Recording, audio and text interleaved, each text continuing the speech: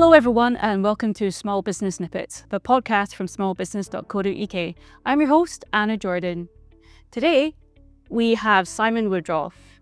You may recognise him as one of the original panellists on Dragon's Den, as well as the founder of Sushi. Hi Anna, very nice to be here. Lovely to have you. How are you doing? I'm good. I just flew in from Girona in the north of Spain, where we're just opening this new hotel, not hotel actually, but one called Off-Grid Girona, which is what it says on the can. So I hope all your viewers are going to come and visit us. I'm sure they will. Okay, so I'm just going to dive straight in here today. So you left Dragon's Den after Series 1 because you said that you didn't like the way that the entrepreneurs were being treated. And you've also said that ego is damaging in business.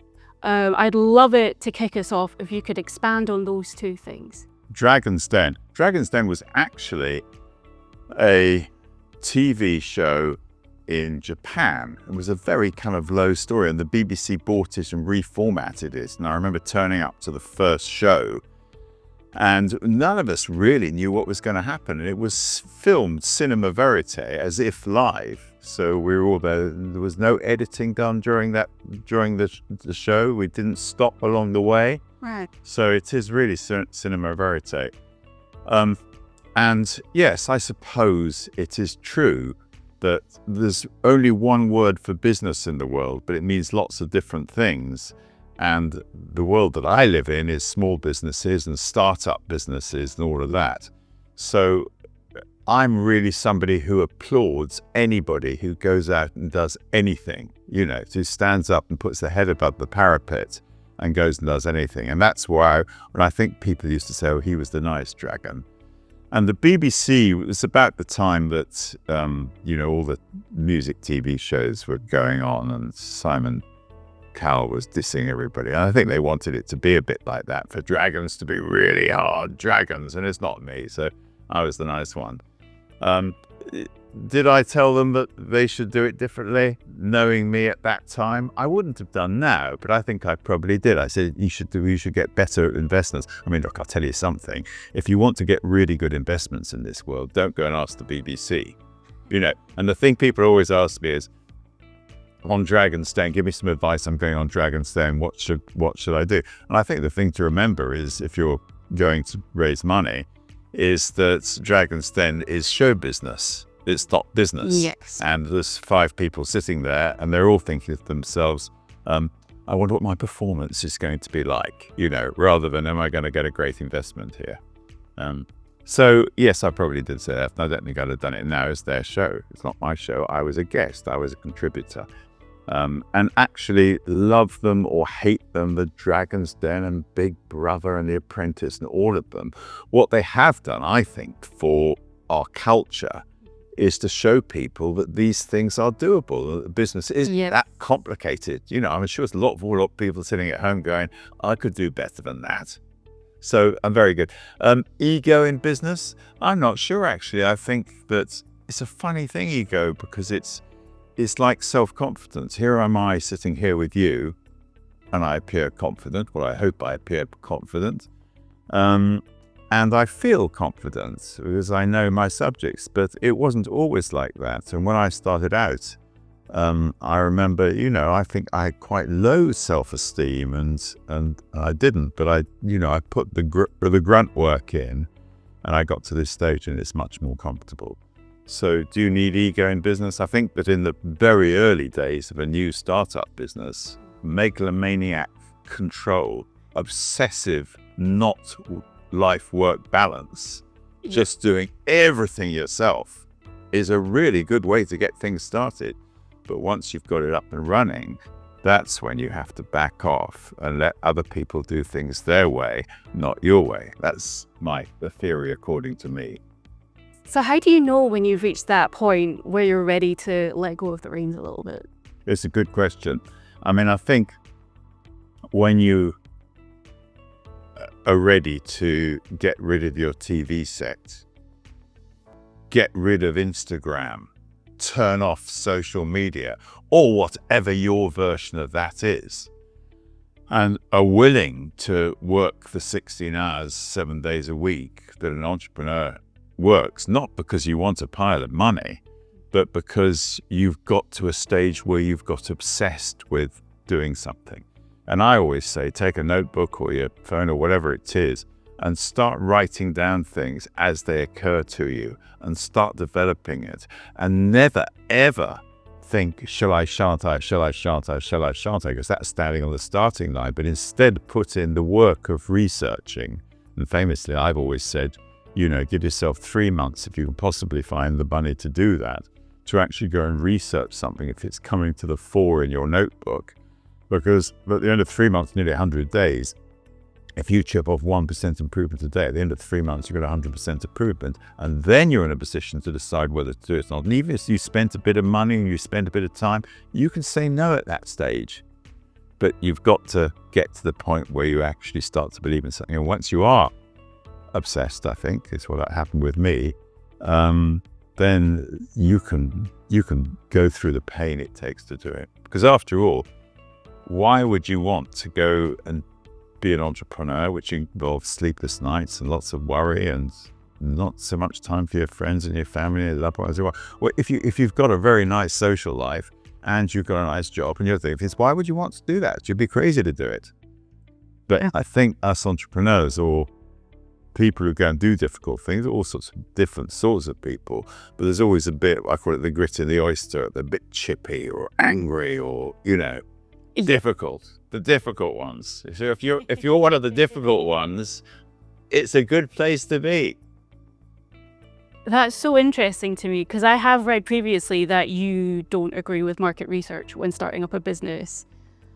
Perhaps the research that you do in that 3-month period is almost like a form of market research, or an alternative to. But what would you say to that? It's a good line, isn't it, that I've got, which is throw away the marketing budget and spend all your money on doing something great so that word of mouth or word of Instagram or whatever it is goes out and everybody takes it. And I think there's a point to that. But pretty much I could argue the opposite of anything that I say. I mean, we live in a world where everybody seems to have these very precise opinions. I'm on this side or I'm on that side. I can argue the opposite of most things. I could really argue that you should do lots and lots of market research, and maybe my 100 days is market research. But I think people sometimes do too much, rely too much on what the stats tell them. And if you've got a gut instinct, I had with Sushi, I'd lived in California. I knew that very often fads that happen in America translated into the UK about 5 years later. I love sushi. I know lots of people who did. I mean, that was kind of enough for me. If I'd gone out and asked you, would you like to eat raw fish off conveyor belts with robots serving the drinks? Or even sleep in a 7 square meter room in our hotels with no natural light because the windows face on the corridors? The market research would not have said yes. But of course, when I did it, I heard what I call the magic words, which are, if this is so great, why didn't somebody do this before? Mm. Yeah, I agree. I mean, I think there is a tendency in business to play it a bit safe. Like, I'm a vegetarian, and if you go out for a sandwich, you're basically limited to egg and cress or falafel and hummus. So I guess it is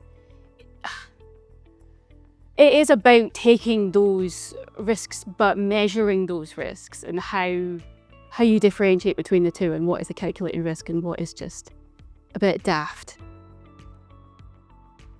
I never really thought I was a risk taker. And clearly I was, because I put everything I had, which wasn't a great deal in 1997. I put everything that I had on the line. And I suppose for 90% of the time, I really believed it. And for 5%, I wobbled. And for 5% was sheer terror. So clearly I was a risk taker, but I was pretty sensible. I have always been pretty sensible. This was no sort of, let's just give it a go. To hell with it. Let's just do it. I kind of crossed every T and dotted every I, and eventually got to the stage where I thought, well, look, even if I lose everything, I so much want to see this thing that's in my mind come to fruition that I'm going to do it anyway. And I see a lot of the younger people now who are starting internet companies or whatever they are. And they're a group of people who have a collective subconscious, if you like, where they all want to see this happen. And they're willing to put everything in the line. Of course, the younger you do it, the more recovery time you've got and the more risks you can take. I never met the person who went out to do what they really dreamed of doing when they had that obsession and regretted it, regardless of whether they later succeed or failed. Because of course, if you do fail, you've learned an awful lot. Yeah. And the next time you're going to be better at it. So it's a good education. But I met a lot of people who later in life looked back and said, you know, I wish I'd taken more risks when I was younger and put my head above the parapet and tried things out. Would have been a more interesting life. Yeah, absolutely. I mean, that's apparently one of the top regrets of the dying, from what I understand. I didn't know that had been researched. Yeah, it's the famous, I wish I'd spent more time in the office. Yeah. Sort of thing, isn't it? Yeah. So if we're looking in practical terms, that 100 days you've got there, you're improving by 1% each day.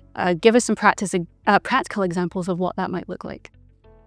Yeah, cast my mind back to the beginning of the project. Sushi, we had all the food was out in the open, so we had to deal with health and safety people. We had to deal with fire people because we were cooking in the open because all the kitchens were out there.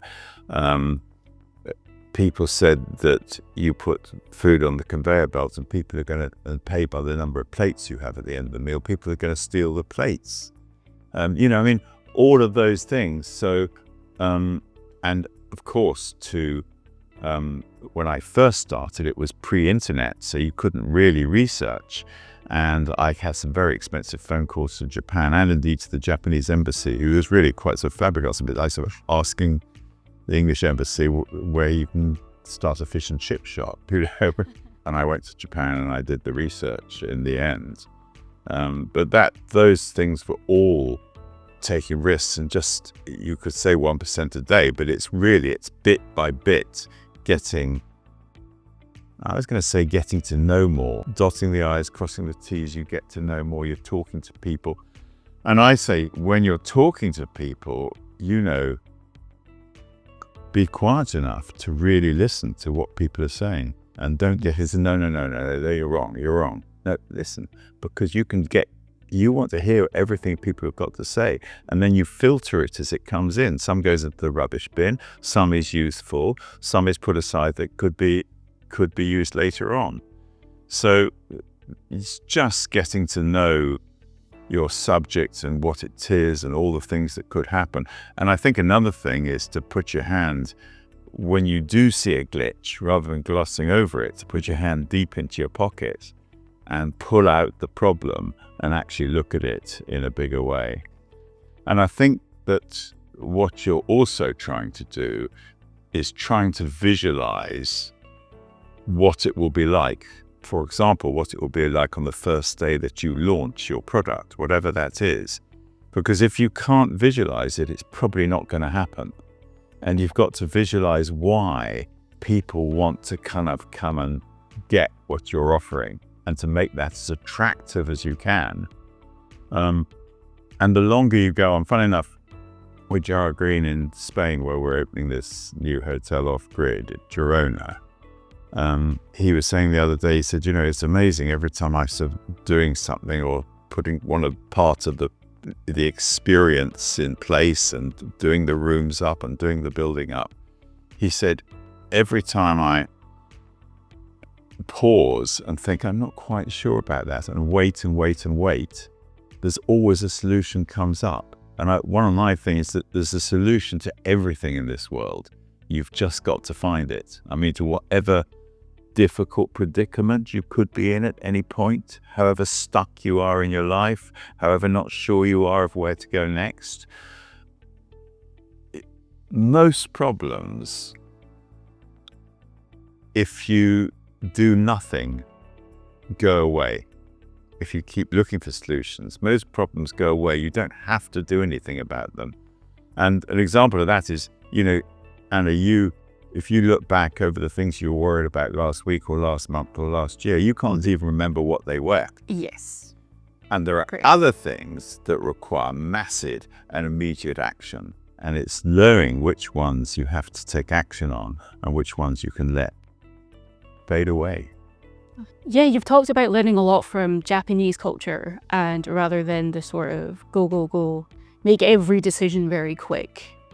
There is a culture in business in Japan where they have, you've said, 7 meetings, they get to talk to each other, they get to learn how other people work, what their characteristics are, strengths and weaknesses, and so on. So that must be quite, especially in today's business world, quite a contrast between the two. Yes, in Japan, they have what you're talking about. They call it nemawashi, and nemawashi is the art of forming rapport with the person you're talking to. And of course, in America, you go to a meeting, they go, "Okay, Simon, what's the deal?" And in English, where it's just terribly over polite. But I like the idea of actually just building more rapport. Business is relatively simple, and you're going to getting yourself, for people who are thinking of starting something or at the early stage, getting yourself ready, getting yourself in a good position so you're comfortable with yourself, you're comfortable with what you're doing, and also your interpersonal relationships with people. I mean, business is easy. It's people that's hard. And the hardest person of the lot Is yourself. Yeah. And so I think the preparation for business is not so much on a spreadsheet or even on a business plan, but it's getting yourself ready. And people say, how do I get started? I heard so often, we're still writing the business plan. And I know you help people do business plans, and they're important to do that, but they are just imagination. They're nothing to do with reality. My first business plan said, if you want to make God laugh, show me a business plan. That one, or business is what happens while you're busy making other plans. There were a couple of points I really loved there. It made me think of how in the den you gave people feedback that you wouldn't give now, and perhaps that was maybe your ego, and before you knew yourself better, that maybe you were giving advice that you wouldn't give now. But also this piece about the changing world of business, and you've thrived through forming relationships and getting in touch with people. And I think in any business that is absolutely solid and absolutely key, but maybe the thing that's changed is the people that you're looking to speak to maybe having less time, less energy, less capacity maybe to, I guess, help you in the way that you're looking for. What would you say to that? I do remember saying to myself when people didn't answer my phone calls, when I was trying to get in touch with people, I thought if I ever get into that situation, which I am in now, I would always return people's calls. And to date, with a bit of help from my friends and people I work with, I do respond to everybody who writes to me. And that's an absolute pleasure to be able to do that, insofar as I can be of any help. Yeah. I think everybody's got to find their own way. And we hear a lot, don't we, about your children have got too much social media and everybody's get tied up in just sending mails and thing. Yeah. Actually, one of the things that I've learned in this world is to do differently to what everybody else is doing. How to stand out in the crowd, do it differently. And there's nobody who doesn't like being flattered, listened to, told they're interesting. And I think that one of the things I've learned is, I thought that you had to just talk a lot if you were the leader of something. And as I've got older, I've found that the more you listen, the quieter you are. And the less you say, the more people listen to every word. And so whatever your glitch is, and you already know what the glitches are, I suggest, think about practicing behaving differently to how you would normally behave, and just see what reactions you get when that happens. I suppose this kind of feeds into one of my other questions. So when you were a roadie for various rock acts, So you left school with a couple of O-levels. One of the biggest changes we've seen in the business world and in the wider world is massive competition, competing not only with people locally but globally, having to have qualifications for jobs that traditionally didn't have qualifications. If somebody finds themselves in the same position now that you were then, what advice would you give them about developing a career and starting a business? Well, if you're going to be an airline pilot or a brain surgeon, please go to university or get trained properly. But if you're not, business is relatively simple. I'm a big fan of a guy called Felix Dennis, who wrote a book called How to Be Rich. And he also wrote a poem, which I'll do for you just quickly. Yes, please. Called How to Be Rich, because I think it really says it all. It says how simple business is. You're the difficult bit, in a way. So this goes, ideas, we've had them since Eve first met Adam, but take it from me, execution's the key. Good fortune. The truth is, the more that you sweat, the harder you work, the luckier you get. The money, go find a likely investor to get what you need, you toadies to greed. The talent, go find it, but first wine and dine it. It's tedious work with a talented jerk. To win it, you've got to be in it, but never be late to quit and cut bait. Expansion is vanity. Profit is sanity. Overhead begs and it walks on two legs. The first step, just do it and bluff your way through it. Remember to duck, Godspeed and good luck. And if you've got an idea, don't go to university. Don't go and get training. I mean, not least because you're probably going to be, after 3 years, you're going to be ahead of your compatriots in terms of street life and actually being out doing things. You're going to be 50 grand better off, and you're going to be in it. Get out there, do whatever you need to do, over-deliver, and think about what you can do for them, not what people can do for you. That took me a long time to understand that thought process. What can I do for others rather than what can they do for me? So go out there but you know, you can do that if you're going to work for somebody. But you have to save up a bit of money. You've got to save up a little bit of money, and that requires not having so much pleasure. When things are difficult, when you're out of your comfort zone, actually, it's not a bad place to be. We're trained that when we're sort of feeling uncomfortable, that we quickly get back to a place where we feel comfortable again. But actually stand outside it and be uncomfortable for a reasonable period of time is what successful people do. And like the pebble dropped into the water, the ripples go out, and you get more, you get more comfortable in a difficult world or with difficult things. Something that does make people feel a bit uncomfortable, depending on where you stand on it, is AI and its emergence. I've read in another interview that you like sticking to business where you're working with physical creations. How has that been influenced by AI, if at all? What role does AI play in driving innovation? Well, I mean, I'm passionate about this new world that we're going to live in and what's going to happen with AI and all the rest. I just happened to have done the opposite when everybody was going into the internet. I went and did physical things on my sort of theory of do the opposite to everybody else, there's less competition.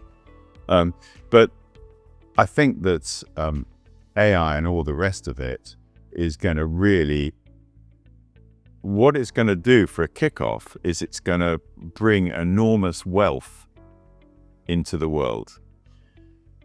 But at the same time, it's going to put not just the people who are struggling at the bottom of the society, but vast swathes of people in the middle out of a job.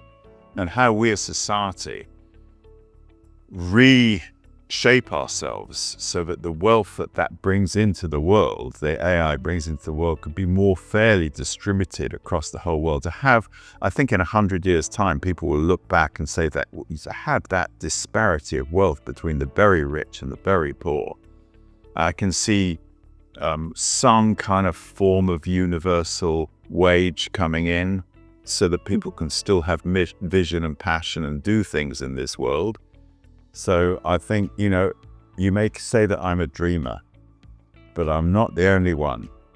And I think that the world in 100 years will be an absolutely amazing place, because we'll be solving all the problems that we see. I mean, look at the wars that are happening at the moment and the shoots of possible solutions. But the realization among so many people that it's just so old-fashioned having wars.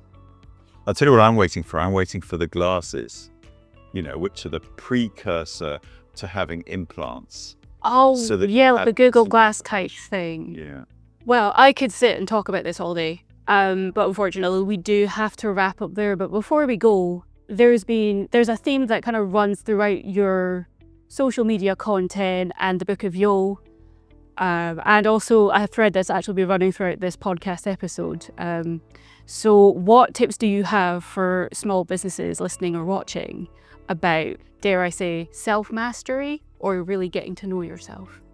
Go online and read the Book of Yo. Read my new autobiography when it comes out next year, Yo Man. Go and learn and listen to other people. Filter what comes in and take what you need and leave the rest. And learn to be a better person. And once you do that, people like to do business with people they like and trust. You can only be trustable if you trust yourself. So look at yourself first before you look at other people. Well, that's a brilliant note to end on. Thanks so much for coming on, Simon. Thank you, Anna. And thank you for watching. We'll see you guys next time.